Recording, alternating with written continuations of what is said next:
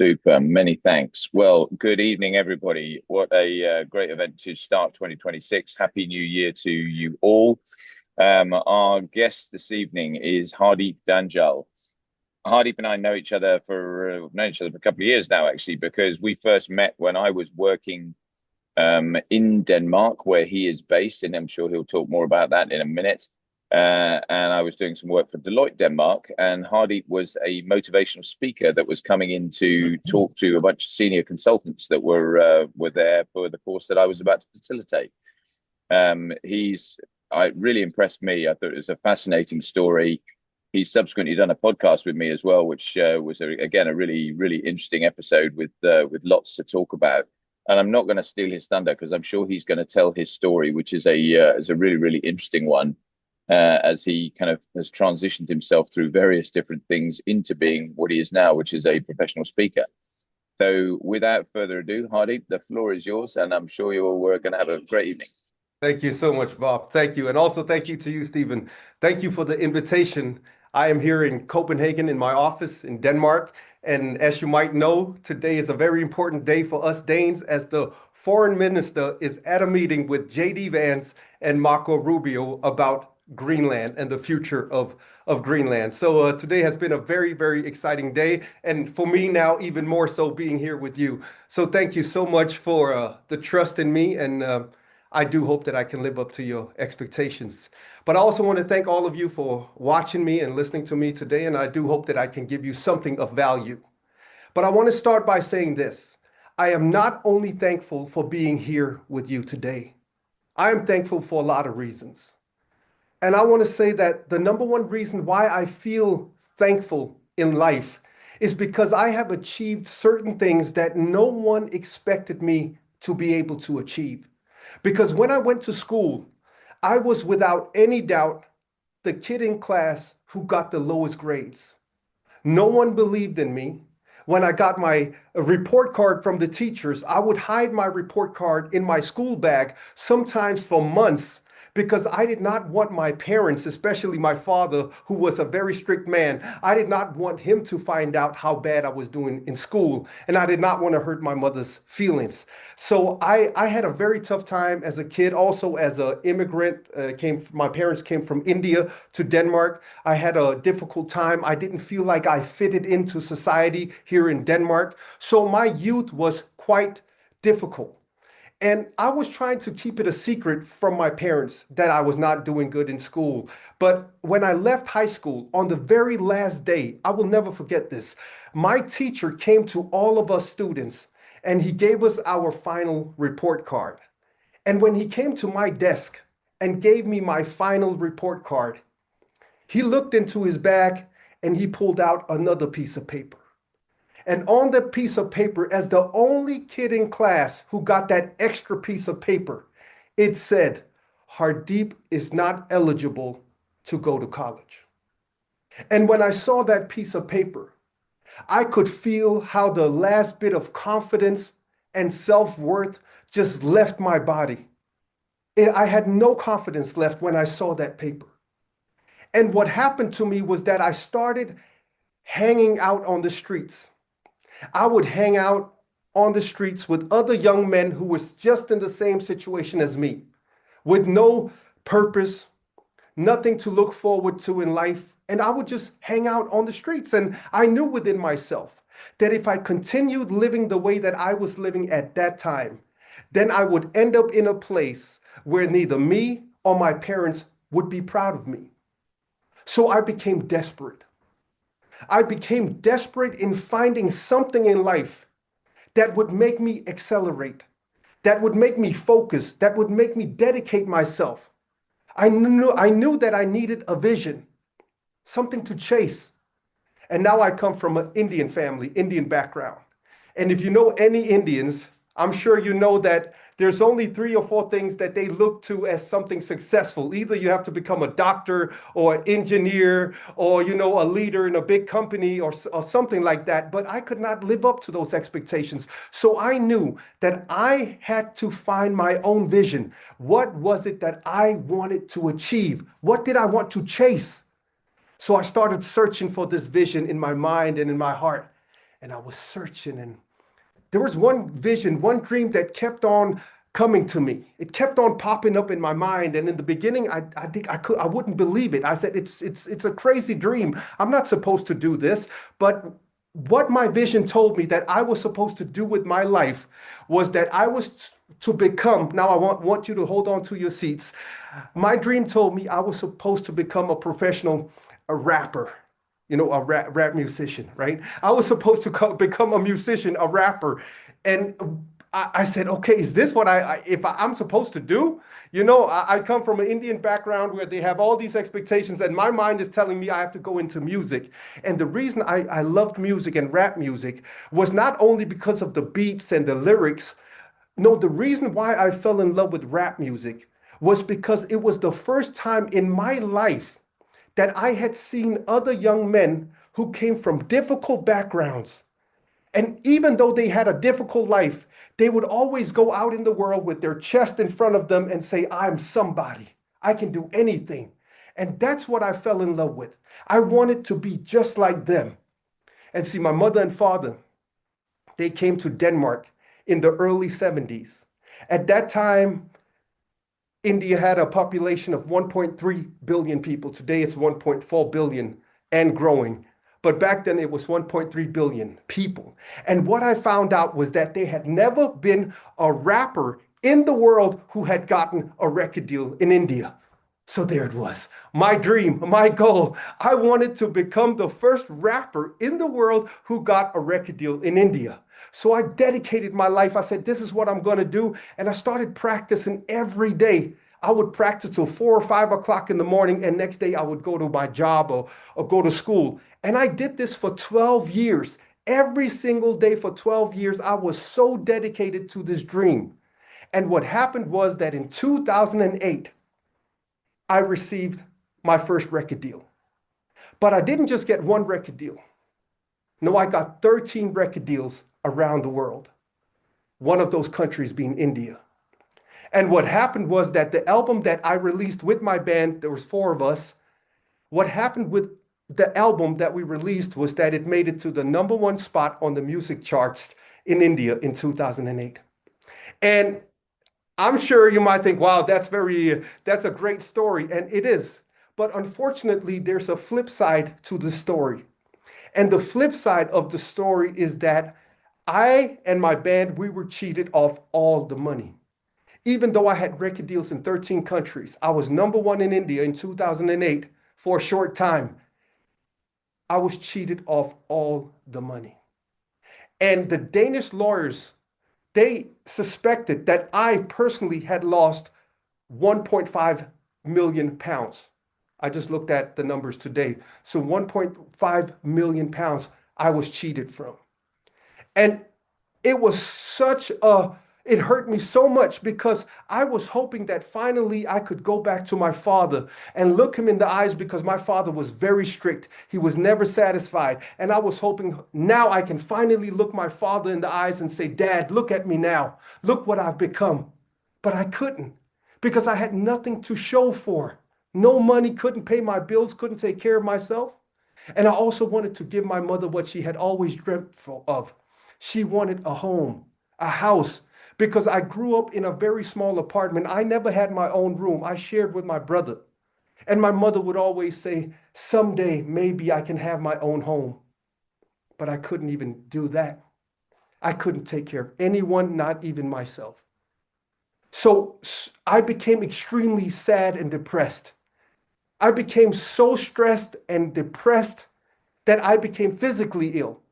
Because what you might know is that when you are stressed out over a long period of time, and if it's very intense, what can happen is that you can become physically ill. To me, what happened was that the stomach acid in my stomach, like when you're really stressed in life, your stomach, your body can produce a lot of acid. And that acid was so intense in my stomach that it ruined my whole system. I was put in the hospital 3 times, and they put cameras in my mouth all the way into my stomach, and they saw that I had blood from the throat and all the way down into my stomach. And I talked to the doctor after he had done he had put the camera in my stomach, and he said, Hardeep, when we see this situation in young people, it's either because they're not healthy, but you look healthy. I can see that you're in good shape. So the other reason that we see this in young people is if they've been extremely stressed. So can you please tell me what happened to you? And I told him my story, and he said that this is exactly why you've become sick in the stomach and in your body. So for 3 years, I was so sad. I was so depressed. And most people believe that, or they think that I was depressed because I was cheated off 1.5 million pounds. But that was not the reason. The reason why I felt so sad was because I no longer had a reason to wake up in the morning. I had no purpose. I had nothing that I wanted to chase.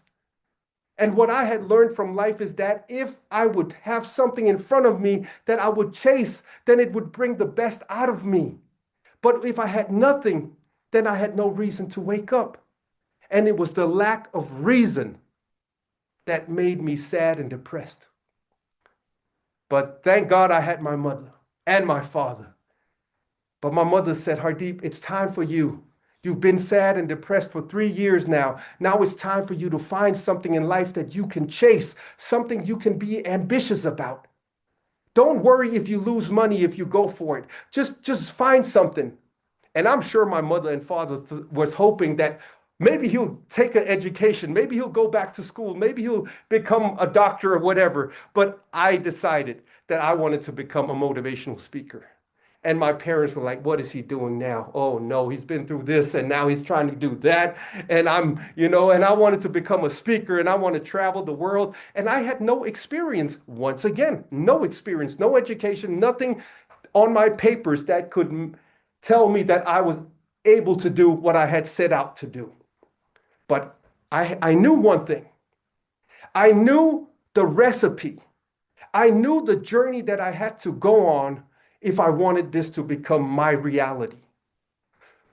So I remember the first year I started doing talks. I contacted 200 schools in Denmark. I would call them and I would say, my name is Hardeep. I would like to give a talk at your school. And they would always ask me the same question. They said, Hardeep, have you ever tried it before? And I said, no. And they said, well, can you call us next year? I said, okay. So out of 200 phone calls, only 3 schools invited me, and they didn't pay me, but they invited me. And my friends said, Hardeep, what are you doing? This will never become your reality. You'll never be able to become a professional speaker. But as I told you, I knew something that they did not know. I knew the journey. I knew what I had to go through to make this happen. So this is about 13 years ago. And when I started, I had 3 talks. Then all of a sudden, not only did the middle schools want to listen to me, then it became high schools and then universities. The University of Copenhagen invited me to come and talk. The University of Aarhus, they even sent me to Reading in the UK to speak to students. Me, I'm not eligible to go to college, and they invited me all these places to talk about mindset and emotions, and I would do my talks and I would improve my ability, my skills, and as years went by, I became better and better. And next thing you know, I'm speaking to companies in Denmark, then the major companies in this country, such as Novo Nordisk, Maersk Shipping, if you know these, ISS, big corporations that invited me. And then I was invited to give a TED Talk. You know, I'm the only motivational speaker in Danish history that has given a TED Talk. So if you have 19 minutes of your life and you say, I have nothing to do with my life, then go on YouTube and write Hardeep Dhanjal TED Talk. And it's 19 minutes, so I understand if it's too much, but just give it a like and then go on to the next video. But please give it a like. Thank you. So after I gave the TED Talk, some of these international companies started to contact me. And I was invited to travel internationally and speak to some of the largest companies in the world. And I was speaking to leaders and I was speaking to organizations, the teams, and they invited me to go there and tell my story and what life had taught me. And I had no education, but I find myself in Istanbul in Turkey speaking to 450 leaders from all over the world who are there to listen to me. I go to other different big events and talk for one reason only. For that one reason, that I had a vision and I went for it. Because of all the decisions I made when the challenges arrived. And what I learned from those challenges is what people, human beings, wanted to hear. If they were leaders at the highest level in the world or students in middle school. Of course, I would adjust and I would understand what are they dealing with. You know, when you speak to young people, you speak about self-worth, you speak about surroundings. And when you speak to leaders and other people who dare to chase dreams, you talk about other subjects that they deal with. But everything I talk about is something that I have experienced or am experiencing right now. So there are three different reasons today in my career why I am booked to go and speak to organizations. The one reason is culture. Teams understand that culture is the most important because there's a saying that culture eats strategy for breakfast. So if you have a strategy you want your company and your team and to go for, they know that if the culture is not strong, then we cannot go take the steps that we need to take to get to where we want to go. The second thing I'm often invited to is transformation. We live in a time where it has never been the speed of technology is moving in such a rapid pace that the world that we were born into is going to look so much different when we leave this planet. That was not the case for my great-grandfather, but the case for us is all of us that when we leave this earth one day, we know that it's going to look so much different than what it looked like when we were born. That's how rapid technology is moving faster and faster. And companies and people know that if we are to succeed, not only in the future, but now, we have to have the courage and the will to go through the transformation. And the last reason why I am invited is to help leaders understand that leadership starts with character. And character is who you are. That's the foundation. And then everything else comes on top of that. But it starts with you. So what I also know is that the gift is not reaching the goal that you set. The gift lies in the journey. Because if you dare to be ambitious enough in 2026, you know that if you set yourself a goal, you're going to have to go through a journey. And on that journey, there's going to be obstacles and challenges. But when you overcome those challenges, what happens is that you can look back at who you used to be, and you will see that you are much more than what you thought you were. Because when we overcome a challenge, then that is when we realize that we have much more within than we thought. We need these challenges to discover what we are capable of. So going through the journey, the biggest gift that you get in life on that journey is that life will give you growth. And there's one more thing I know. I know how you can have a vision that most people believe is impossible, but I know how you can make that vision become possible. I know how it can be done. I've been through it. And that's what I know. And hopefully you have a vision in life for your team, your company, or for yourself. Perhaps you're a leader in a company, or maybe you are at home, maybe you're retired and you have grandchildren or whatever, and you have some kind of vision. And I tell you, it's very important, especially in times that we are in now, that we have a vision. At least have a vision that we want to be a good example for others. Or maybe you have your own dreams about something else you want to achieve, but have a vision because it gives you direction. And we need direction in these times.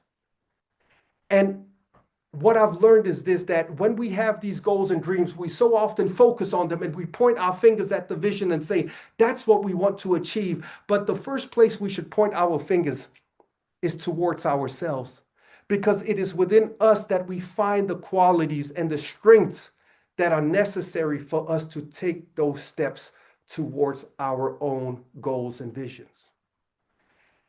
And now I've told you that I've spoken to a lot of companies and teams and people who are doing really good at whatever they do. And there's certain things that I've noticed about the companies and teams and people who perform at a level of greatness. There's something that they have in common. And I want to share just a few of those qualities that they have in common. The one thing I've noticed about people who dare, who perform at a high level, is that they have a will to win. They really want to win. Even when times are hard, they still want to win. And the second thing I've noticed is that they are not afraid of change. As a matter of fact, they get excited when they are asked to do something that they have never done before, because they know that if we are to try something that we have never tried before, then there's something new for us to learn. They understand that that's growth mindset. That if you keep doing the same thing, you only learn what you don't learn anything new. But if you are asked to do something that you haven't tried before, then the gift in that is that you will learn something new. And so many people are afraid of change. We want to stay where we are. We want to feel safe, but we can't stay where we are in the times that we are in now. Not in your company, not as someone in this society. So we cannot just stay in the same lane. So these people, they get excited when they're asked to do something they haven't done before. And the third thing that I've noticed is that they understand that it is within the smallest details that you create distance from being great at something or being mediocre. It's within the smallest details. And so many believe that it's the big things that makes the big difference, but it's not. It's within the smallest details. And the last thing I want to mention to you that I've noticed is that it's like these people are on the hunt. They're chasing something. And what they're chasing is their fullest potential. And they know that you'll never reach your fullest potential. And I'm sure many of you also know what I'm saying. What I mean by that is that even when we think that we reached our highest level, our fullest potential, all we got to do is look up and we'll discover, there's more that I can learn. There's more that I can improve. There's always something. But it's the chase. And then I started to wonder, why is it that so many people never go on the hunt to achieve their fullest potential? Why is it that there are so many people that never achieve their visions and goals? Why is that? And I discovered that it is because we are controlled by one very powerful emotion: fear. And if there's something that we feel in this world today, it's fear. It's been going on for a while now. Remember COVID? After COVID came the energy crisis. Then came Ukraine and Russia war, inflation, Donald Trump. Today, Denmark is quiet because the foreign minister has just been at a meeting. When I'm speaking right now, he just came out right before I started this talk. The foreign minister of Denmark has just been in a meeting with J.D. Vance and Marco Rubio. And the country is waiting. And we appreciate so much that the British are with us in this. And we really appreciate that, that we are standing together in this. But what all this is, for all of us, is we have to deal with this uncertainty. There's so much uncertainty. And when we feel uncertainty, what I mean by that is we don't feel that we can control what is going on. We don't truly understand what is going on. We don't know when it's going to end and how it's going to end. And when we feel this uncertainty, the fear in us become very powerful. It makes us insecure. Because I want you to notice this: the next time you are afraid of something, the first thing your mind is going to look for is security. That's the first place it's going to look. Where can I find security? And what I've learned And I've been through so many times in my life where uncertainty has been the main thing in my mind. What has taken my mind completely has been uncertainty. But what I learned was this, that every time I feel this uncertainty, it's because I'm focused on something I cannot control. And what I've learned myself is that when I feel uncertainty, I need to focus on what I can control. And I can control this moment right here, right now. That's what I can control. And what I've also discovered is that there's two things given to us every single day when we wake up. The one thing that's been given to you is opportunity. The second thing is choice. We have the opportunity to be afraid right now, to hide under the covers, to stay and not show who we truly are. But we also have the opportunity to get out of bed in the morning and say, I'm going to be the best that I can be. I'm going to be courageous today. I'm going to be focused today. I'm going to be disciplined today. But the question is, what do you choose to do? You have opportunity and you have choice. But the most important thing is, who do you choose to be when you wake up? And I know it might sound simple, but just imagine what happens if you're able to ask yourself this question every day. As a human being, as a leader, as someone who's a part of a team, who do I choose to be today? Even though all this stuff is going on, who do I choose to be? Because what happens is when you make that choice, you get what we call in the world of sports, we call it intentional focus. Everything we do is with intention. And that increases the chances of us getting to where we want to be. But that's how my day starts. Always asking myself, Hardeep, who do you choose to be today? So this fear is so powerful. And one of the most powerful forms of fear is the fear of failure. What if I'm not good enough? What if we can't succeed? What if I can't live up to the expectations? What if I'm not good enough? Oh, that's going to hurt. It's going to hurt. See, in reality, we are not afraid of fear. What we are truly afraid of is the emotional pain that we are going to feel if our fears become reality. I'm going to say that one more time. We are not afraid of fear. We are afraid of the emotional pain that we are going to feel if our fears become reality. Our fears are telling us, be careful, don't do it, don't take a chance, just hide under the covers, because if you try, you might fail, and if you fail, you're going to get hurt.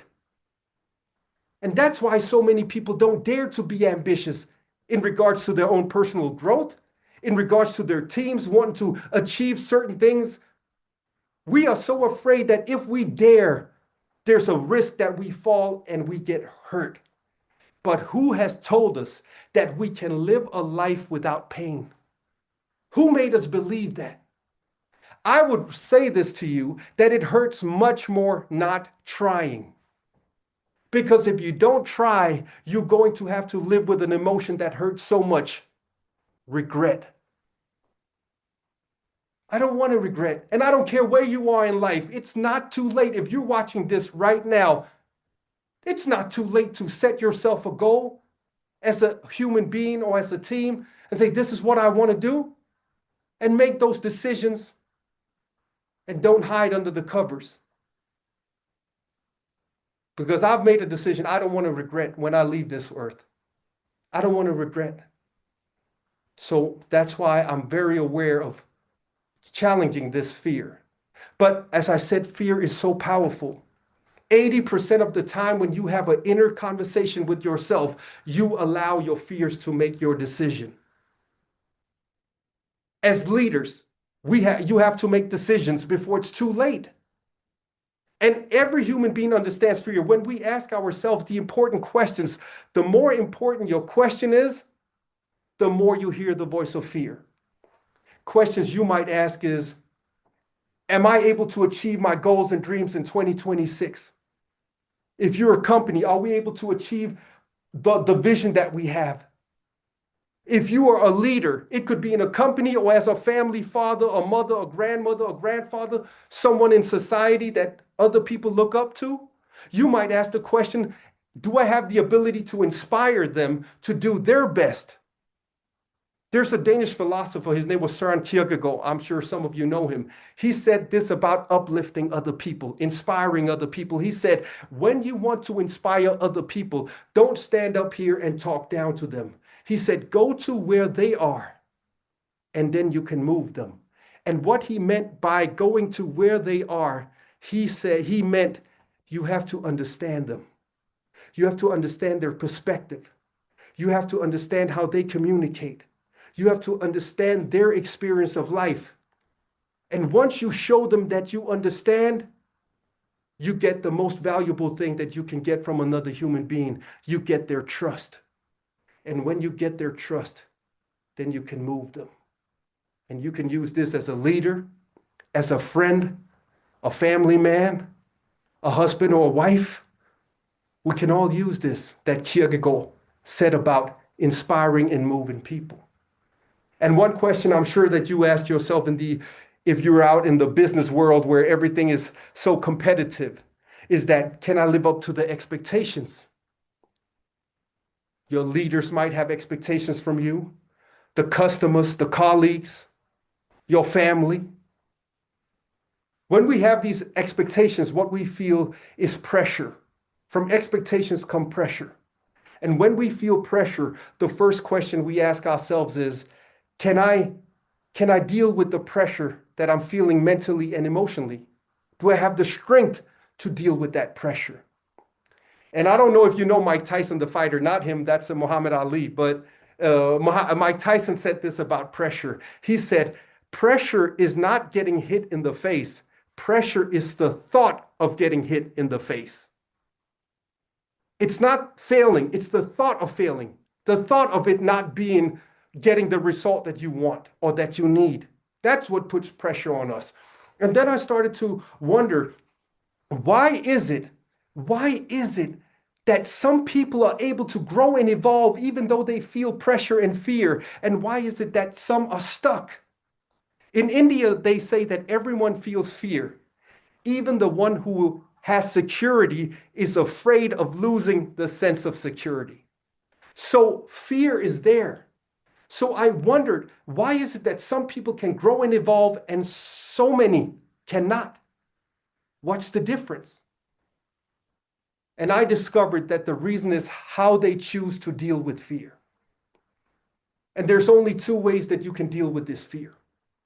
The first option you have is that as soon as you hear the voice of fear, you obey fear. You say, okay, you're right, I'm not good enough, I'm not capable. I'll stay right here. But the problem is if you obey your fears, you will get stuck. You'll get stuck in your comfort zone. Your comfort zone is the world you already know. There's nothing new that you can learn when you are in your comfort zone. You have to get out of it. You have to have the courage to be vulnerable. Because without vulnerability, you cannot get out of your comfort zone. Getting out of your comfort zone actually means that you have the courage to be vulnerable, because now you are somewhere that you have never been before. So I'm asking you to challenge yourself. Ask the question, am I stuck in my own comfort zone? One thing I see so often is people say, no, I don't want to change. I don't want to try nothing new. They cross their arms like this. In Denmark, they do this. I don't know in the UK, but we do it a lot. Okay, and maybe it's because you're comfortable, but also sometimes it's because you don't want to try anything new, so you say no. But in India, we talk about the intellect and your identity. They're connected. The identity is your ability to deal with obstacles and challenges. Then you have the identity, which is you, who you think you are. And your intellect will always protect your identity. You are only capable of solving issues in regards to who you believe you are.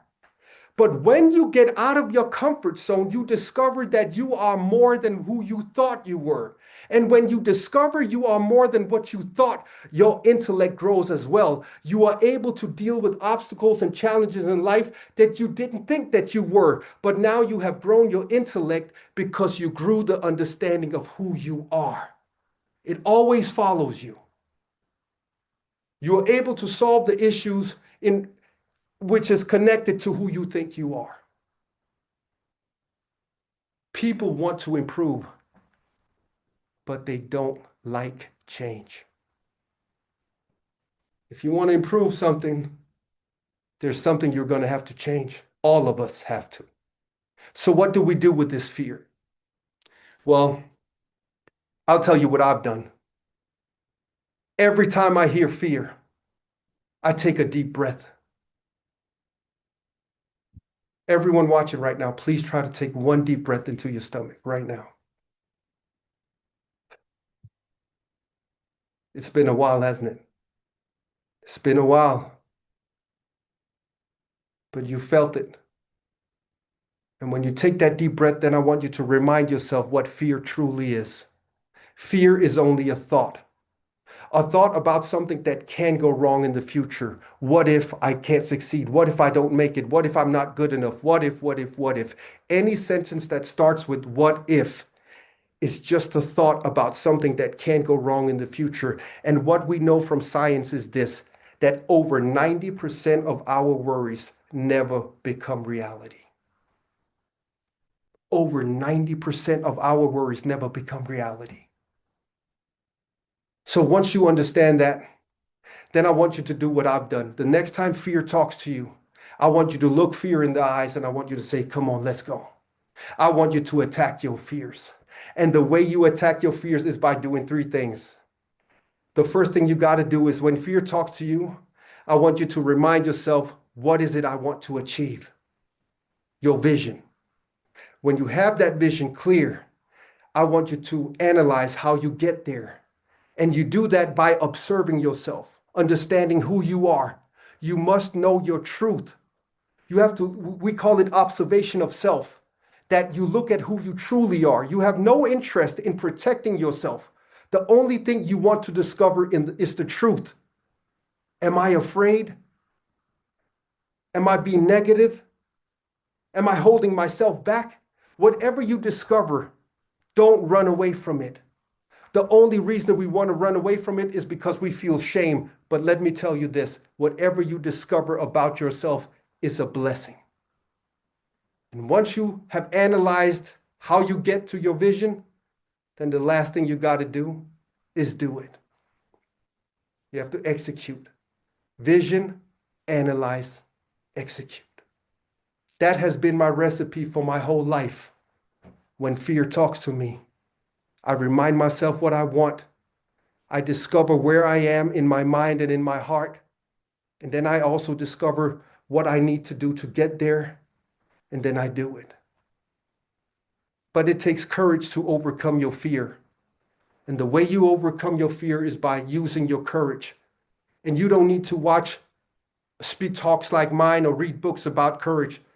The only thing you got to do is start doing things that you are afraid of. Because when you do things that you are afraid of, you use your courage. And the more often you use your courage, at some point you will become convinced that you are a courageous human being. And the last thing I want to say, because the time is almost over, I have one more minute, I'm guessing, if it's okay, Bob. Yeah, it's okay. Yeah, okay, cool. Okay, thank you. I just want to say that the one and most important lesson that I have learned from my mother, which I think is so important right now, is that we have to, no matter how difficult life is, we have to have a positive attitude. And when I was a kid, I was so sad and depressed. I felt so sad because my life was not easy. And my mother told me this that I will never forget. She said, the reason why you feel sad is because your thoughts are sad. She said, you can't control the thoughts that come into your mind, but she said, I want you to practice one thing. I want you to practice what thoughts you focus on. Because if you can start to focus on positive thoughts, Your emotions will become positive because emotions come from thought. She always told me this. So she said, what I want you to do from now on is the next time you feel negative, worried within, I want you to move your focus to what you're thankful for. And because she said to me, Hardeep, you cannot be negative and thankful at the same time. So when I'm in a worse stress, like today with Greenland, with Europe, I see all these things and I focus on it and I feel a certain way. I remind myself, but I'm so thankful that I'm a part of this world, that I'm a part of history, that I'm a part of Europe, that I'm speaking to my people in Britain and we stand together. I'm thankful that we're not alone. Thank you. That we are showing our strength, that I can show my strength, that I have friends like Bob and Steven. Thank you. And I feel a completely different way because you cannot be negative and thankful at the same time. Thank you guys for allowing me to share just some of my thoughts. And I do wish you the best. And once again, thank you for being with us, Danes. We really appreciate it. And thank you for your time.